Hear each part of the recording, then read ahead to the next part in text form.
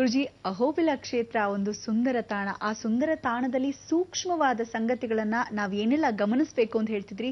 ಹಾಗೆ ನೀವು ಅಮಾವಾಸ್ಯೆಯ ದಿನ ಹೊರಟೋದಾಗ ಏನಾಗಿತ್ತು ಅಲ್ಲಿ? ಅಮಾವಾಸ್ಯೆ ಒಂದು ದಿವಸ ಅಲ್ಲ, 2 ದಿವಸ ಇರುತ್ತೆ ಸಾಧಾರಣವಾಗಿ ಒಂದೊಂದ್ಸಲಿ. ಅಂದರೆ ಇವತ್ತಿನ ದಿವಸ ಪೂರ್ತಿ, ನಾಳೆ ಅರ್ಧ ಇರುತ್ತೆ. ಪೂರ್ತಿ ಒಂದೇ ದಿವಸ ಇದ್ದರೆ ಏನೋ ಅಮಾವಾಸ್ಯೆ ಆಗೋಯ್ತು ಅನ್ಕೋಬೋದು. ನಮಗೆ ಗೊತ್ತಿಲ್ಲದೆ ನಾಳೆ ಪೂರ್ತಿ ಅಮಾವಾಸ್ಯೆ, ಇವತ್ತಿನ ದಿವಸ ಸಾಯಂಕಾಲವೇ ಹೋಗ್ಬಿಟ್ವಿ. ಅದಕ್ಕೋಸ್ಕರ ಏನಾಯಿತು, ಆ ಸಮಯದಲ್ಲಿ ಕಾಳಭೈರವನಿಗೆ ಅಲ್ಲಿರ್ತಕ್ಕಂಥ ಅಗೋರಿಗಳು ಬಹಳ ಜನ ಪ್ರಯತ್ನ ಪಡ್ತಾರೆ. ಏನಂದರೆ ಕಾಳಭೈರಂ ವಶೀಕರಣಂ ಅವಾಹ್ಯಾಮಿ ಅಂತಾರೆ. ಕೆಲವರೆಲ್ಲ ಈ ಕಾಳಭೈರ ವಶೀಕರಣ ಅಂದರೆ ಶಂಖಗಳನ್ನ ಊದಿ ಅವರುಗಳೇನು ಮಾಡ್ತಾರೆ, ಈ ಮೂಳೆ ಮಾಂಸಗಳು ಅಂದರೆ ಈ ಮೂಳೆ ಮಾಂಸಗಳನ್ನು ಕಾಳಭೈರವನ ಅರ್ಪಿತ. ಅದಕ್ಕೆ ನಾನು ಎಷ್ಟೋ ಜನಕ್ಕೆ ಹೇಳ್ತೀನಿ, ಕಾಳಭೈರವ ಮಾಂಸ ಭಕ್ಷಪ್ರಿಯ. ಇವನಿಗೆ ಏನು ಮಾಡ್ಬಿಡ್ತೀವಿ, ತಮೋಗುಣದಲ್ಲಿ ನಾವು ಉದ್ದಿನ ವಡೆಯನ್ನು ನೈವೇದ್ಯ ಮಾಡ್ತೀವಿ. ಉದ್ದು ಅಂದರೆ ಮಾಂಸಾಹಾರ ಇದ್ದ ಹಾಗೆ ಇರುತ್ತೆ, ಅದಕ್ಕೆ ಉದ್ದಿನ ವಡೆ ಅಂತ ಹೇಳ್ತೀವಿ. ಇಲ್ಲ ಬಲಿಹರಣ ಅಂತಕ್ಕಂಥದ್ದು ಬೂದು ಕುಂಬಳಕಾಯಿನ ಕತ್ತರಿಸಿ ಅದ್ರ ಮೇಲೆ ಕುಂಕುಮ ಹಚ್ಚಿದಾಗ ಬಲಿಹರಣ. ಕೆಲವರಲ್ಲಿ ನಿಜವಾಗ್ಲೂ ಕೊಟ್ಟಾಗ ಅಷ್ಟಕಾಳಭೈರವನಲ್ಲಿ ವಿಶೇಷವಾಗಿರ್ತಕ್ಕಂಥ ಕಾಳಭೈರವ ಅಂದರೆ ವೈಷ್ಣವ ಕ್ಷೇತ್ರದಲ್ಲಿ ಶಿವನ ಅಂಶವಾಗಿರ್ತಕ್ಕಂಥ ಕಾಳಭೈರವ ಈ ಕ್ಷೇತ್ರದಲ್ಲಿ ಇದಾನೆ ಅಧಿಪತಿ. ಅಂದರೆ ಬಹಳ ಭಯಂಕರವಾಗಿರ್ತಾನೆ. ಭಯಂಕರ ಅಂದರೆ ಸಾಧಾರಣವೇ, ಅವನು ಕತ್ತಿಯನ್ನು ತೆಗೆದು ಪಠಾರ್ ಅಂತ ಅಂದಾಗಲೇ ಗೊತ್ತಾಯಿತು. ಗಂಗೆ ನೀವು ಅಲ್ಲಿ ನೋಡ್ಬೋದು ಅನುಭವ ಏನು ಅಂದರೆ, ಒಂದು ಸಲ ಪಾತಾಳದಲ್ಲಿ ಒಳಗಡೆ ಹೋಗ್ತಾ ಇದ್ದಾಳೆ, ಇನ್ನೊಂದು ಕಡೆ ತಲೆ ಕತ್ತರಿಸಿರೋದ್ರಿಂದ ಮೇಲ್ಭಾಗದಿಂದ ಉಗಮವಾಗ್ತಾ ಇದ್ದಾಳೆ. ಅಂದರೆ ಹೊಸ ಜೀವ ನದಿ ಅಲ್ಲಿಂದ ಬರ್ತಾ ಇದೆ, ಕೆಳಗಡೆ ಪಾತಾಳದಲ್ಲೂ ಒಳಗೆ ನದಿ ಹರಿತಾ ಇದೆ. ಅಂದರೆ ಗುಪ್ತಗಾಮಿನಿಯಾಗಿ ಹರಿತಾರೆ. ಈ ಎರಡೂ ಕ್ಷೇತ್ರದ ಮಹಿಮೆಯಲ್ಲಿ ಕಾಳಭೈರವ ಅಲ್ಲೇ ಇದ್ದಾನೆ ಅಂತ ವಾಸವಾಗಿರಬೇಕು. ಈ ಕ್ಷೇತ್ರದಲ್ಲಿ ನೀವು ಅದು ನೋಡಬೇಕಾದ್ರೆ ಅಷ್ಟೂ ಜನ ಪ್ರಾಕಾರಪೂರ್ವಕವಾಗಿ ನಮಸ್ಕಾರ ಮಾಡಬೇಕು. ಅಂದರೆ ಯಾವಾಗಾದರೂ ಸ್ವಾತಿ ನಕ್ಷತ್ರದ ದಿವಸಕ್ಕಿಂತ ಮಂಗಳವಾರದಲ್ಲಿ ಹೋದಾಗ ಅಥವಾ ಅಮಾವಾಸ್ಯೆಗಳಲ್ಲಿ ಹೋದಾಗ. ಆದರೆ ಅಮಾವಾಸ್ಯೆ ಬೇಡವೇ ಬೇಡ ಅಂತ. ಯಾಕೆಂದರೆ ಕೆಲವರೆಲ್ಲ ಏನೇನು ಮಾಡ್ತಿರ್ತಾರೋ, ಒಬ್ಬೊಬ್ಬರೇ ಹೋಗ್ಬಿಡ್ತೀರಾ, ಗೊತ್ತಾಗೋದಿಲ್ಲ. ಅಲ್ಲ ಅರ್ಚಕರೇ ಹೋಗದೆ ಇರ್ತಕ್ಕ ಮೇಲ್ಗಡೆವರೆಗೂ ಹೋಗಿ ಬೀಗ ಹಾಕಿದೆ ಅಂತ ವಾಪಸ್ ಬರೋದು ಯಾಕೆ ಬೇಕು? ಅದಕ್ಕೋಸ್ಕರ ಭಗವಂತನ ಒಂದು ಸಾನ್ನಿಧ್ಯದಲ್ಲಿ ಗುರು ಮೂಲ, ಋಷಿ ಮೂಲ, ನದಿ ಮೂಲನ ಕಂಡುಹಿಡಿಬಾರ್ದು ಅಂತೀವಿ. ಅದಕ್ಕೋಸ್ಕರ ನೀವುಗಳು ಪ್ರತಿಪೂರ್ವಕವಾಗಿ ಒಬ್ಬೊಬ್ಬ ಮನುಷ್ಯ ಏನನ್ನು ಮಾಡಬೇಕು, ಏನನ್ನು ಮಾಡಬಾರ್ದು ಅಂತ ನಾವುಗಳು ಹೇಳ್ತೀವಿ. ಕೆಲವು ಹಠ ಹಿಡಿದು ಹೋಗ್ತೀವಿ, ಏನಾಗ್ಬಿಡುತ್ತೆ ನೋಡೋಣ ಅನ್ನೋ ದುರಹಂಕಾರದಿಂದ ಹೋದರೆ ಅನುಭವ ಪಟ್ಟವ್ರಿಗೆ ಗೊತ್ತಾಗತ್ತೆ. ನೀವು ಹೋಗಿ ಅನುಭವಿಸಿ. ಯಾಕೆ ಅಂದರೆ ದೈವತತ್ವ ಅನ್ನೋದು ಜೊತೆಗಿದ್ರೆ ಭಗವಂತ ಎಲ್ಲೋ ಕಾಪಾಡ್ಬೋದು, ನಮ್ಮ ಅದೃಷ್ಟವಶ ಅಂತ. ಇಲ್ಲದಿದ್ದರೆ ಪರಿವರ್ತನೆ ಆಗಲ್ಲ. ಅದಕ್ಕೋಸ್ಕರ ಅಲ್ಲಿ ಕಾಳಭೈರವನ ವಶೀಕರಣಕ್ಕೆ ಈ ರೀತಿಯಾದ ಅಗೋರಿಗಳು ಪೂರ್ತಿ ಪುನಸ್ಕಾರವನ್ನು ಮಾಡ್ತಕ್ಕಂಥದಕ್ಕೆ ಉತ್ತರ ಭಾರತದಿಂದ ಬಂದಿರತಕ್ಕಂಥವ್ರು ಸಾಕಷ್ಟು ಜನ ಬರ್ತಾರೆ.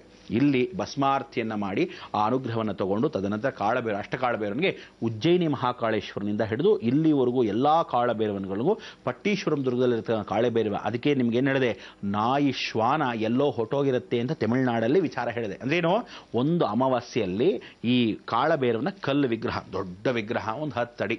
ಆ 10 ಅಡಿ ವಿಗ್ರಹದಲ್ಲಿ ನಾಯಿ ಕೂಡ ಕಲ್ಲಿಂದೆ. ಆದರೆ ಆ ಅಮಾವಾಸ್ಯೆ ದಿವಸ ಎಷ್ಟು ವಿಶೇಷ ಅಂದರೆ ಲಕ್ಷಾಂತರ ಜನ ಬಂದು ಆ ದರ್ಶನಕ್ಕೆ ಬರ್ತಾರೆ. ಯಾಕೆಂದರೆ ಕಲ್ಲಿನ ನಾಯಿ ಇಲ್ವಲ್ಲಪ್ಪ, ಎಲ್ಲೋಟಾಯ್ತಿದೋ ಒಂದು ದಿವಸಕ್ಕೋಸ್ಕರ.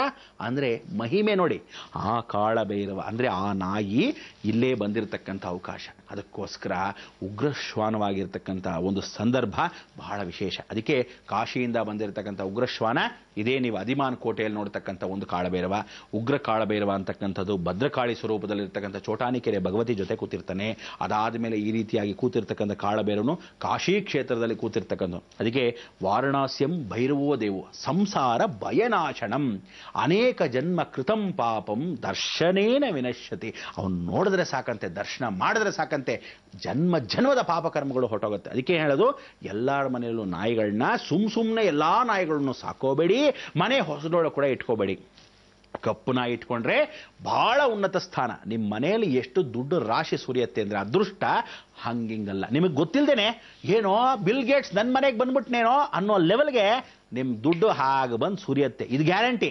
ಅಂದರೆ ಒಂದೊಂದು ರೀತಿಯಾದ ಅನುಭವ ನಿಮಗೆ ಗೊತ್ತಿಲ್ಲ. ಪ್ರಮೋಷನ್ ಬರುತ್ತೆ, ಅಭಿವೃದ್ಧಿ ಆಗಕ್ಕೆ, ಹೊಸ ಕಾರ್ ತೊಗೊಳಕ್ಕೆ ಲೋನ್ ಕೊಡದೇ ಇದ್ದವನು ಕೂಡ ಫಟ್ ಅಂತ ಕೊಟ್ಬಿಡ್ತಾನೆ. ಅಂದರೆ ನಿಮ್ಮ ಜೀವನದಲ್ಲಿ ಏನೇನೋ ವಿಶೇಷ ಘಟನೆಗಳು ಆ ನಾಯಿ, ಕಪ್ಪು ನಾಯಿ ತಂದ ಅನುಭವ ಪಟ್ಟವ್ರಿಗೆ ಗೊತ್ತಾಗತ್ತೆ ನಿಜವಾದ ಕಾಳಭೈರವದ ಶೇಮಿ.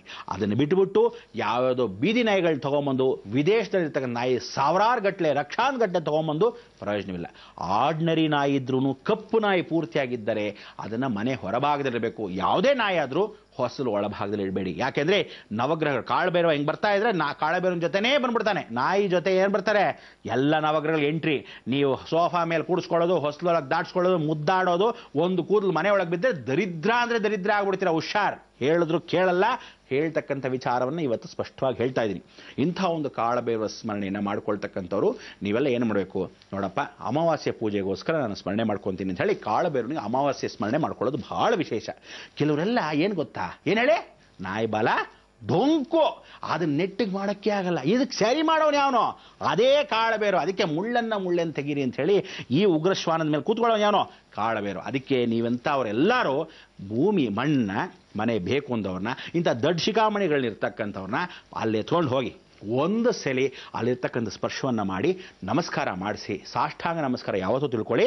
ಅಲ್ಲಿ ಸಾಷ್ಟಾಂಗ ನಮಸ್ಕಾರ ಪೂರ್ವಾಭಿಮುಖಕ್ಕೆ ಮಾಡಬೇಕು. ಆ ಕಾಳಬೇರುವ ಪ್ರದಕ್ಷಿಣೆ 11 ಪ್ರದಕ್ಷಿಣೆ ಮಾಡಿಸ್ಬೇಕು. ಅಲ್ಲಿರ್ತಕ್ಕಂಥ ಭಸ್ಮವನ್ನು ತಗೊಂಡು ಬಂದು ಇವನ್ ದಿಂಬು ಕೆಳಗೆ, ಇವನಿಗೆ ದೇಹದಲ್ಲಿರ್ತಕ್ಕಂಥದ್ದು ಏನು ಅಂದರೆ, ಪೂಜೆ ಮಾಡಿಸಿ ಆ ಕ್ಷೇತ್ರದ ಮಣ್ಣನ್ನು ಅಡುಗೆ ಮಾಡ್ತಿರಲ್ಲ, ಒಂದು ಚಿಟಿಕೆ ಹಿಂಗೆ ಹಾಕಿ ಮಣ್ಣು, ಪರವಾಗಿಲ್ಲ, ಮಣ್ಣು ತಿಂದ್ರೆ ಆ ಕ್ಷಣಕ್ಕೇನು ದೇಹಕ್ಕೇನು ಹೋಗಲ್ಲ, ಅದು ಪರಿಪೂರ್ಣವಾಗಿ ಅಭಿವೃದ್ಧಿ. ಆ ಕಾಳಬೇರಿನ ಮಣ್ಣು ಅಂದರೆ ಆ ಸ್ಪರ್ಶ. ನರಸಿಂಹ ಕ್ಷೇತ್ರ ನೋಡಿ, ಕುಜದೋಷ ನಿವಾರಣೆ, ಸರ್ವದೋಷ ಪರಿಹಾರ. ಇವನು ನಾಳೆ ಬೆಳಗ್ಗೆ ಆಕ್ಟಿವ್ ಹೆಂಗಿರ್ತಾನೆ ಅಂದರೆ, ಅಯ್ಯೋ ಸದ್ಯಕ್ಕೆ ಕೆಲಸಕ್ಕೆ ಹೋದ್ರೆ ಸಾಕಪ್ಪ ಅಂತ ಹಂಗೆ ಕಾಳಬೇರೋ ನಾಯಿ ಇದ್ದಂಗೆ ಓಡಾಡ್ತಾನೆ. ಸಿಟ್ ಸ್ಟ್ಯಾಂಡ್ ಸ್ಟ್ಯಾಂಡ್ ಅಂತ ಮಾಡಿ ಸಿಟ್ಬಿಡ್ತಾನೆ. ಆ ಲೆವೆಲ್ಗೆ ಮಾಡಿಡಬೇಕು ಅಂದರೆ ನೀವೆಲ್ಲ ಏನು ಮಾಡಬೇಕು, ಇಂಥ ದೊಡ್ಡ ಶಿಖಾಮಣಿಗಳನ್ನ, ಅಂಥ ಮೇಧಾವಿಗಳಾಗಿರ್ತಕ್ಕಂಥವ್ರು ಮನೇಲೇ ಕೂತ್ಕೊಂಡು 108 ಮಾತಾಡ್ತಾರೆ. ನಾನು ಅಲ್ಲಿ ಕೂತಿದ್ರೆ ಅಮೆರಿಕಾಲ್ ಹೆಂಗಿರ್ತಿತ್ತು, ಹಿಂಗೆ ಕೂತಿದ್ರೆ ಹೆಂಗಿರ್ತಿತ್ತು ಅಂತ ಇರ್ತಾರೆ. ಆದರೆ ಕೂತ್ಕೊಂಡು ಇಲ್ಲಿ ಏನು ಕೆಲಸ ಮಾಡಲ್ಲ. ಇಂಥವ್ರನ್ನೆಲ್ಲ ಸರಿಪಡಿಸೋಕ್ಕೆ ಏನು ಮಾಡಬೇಕು,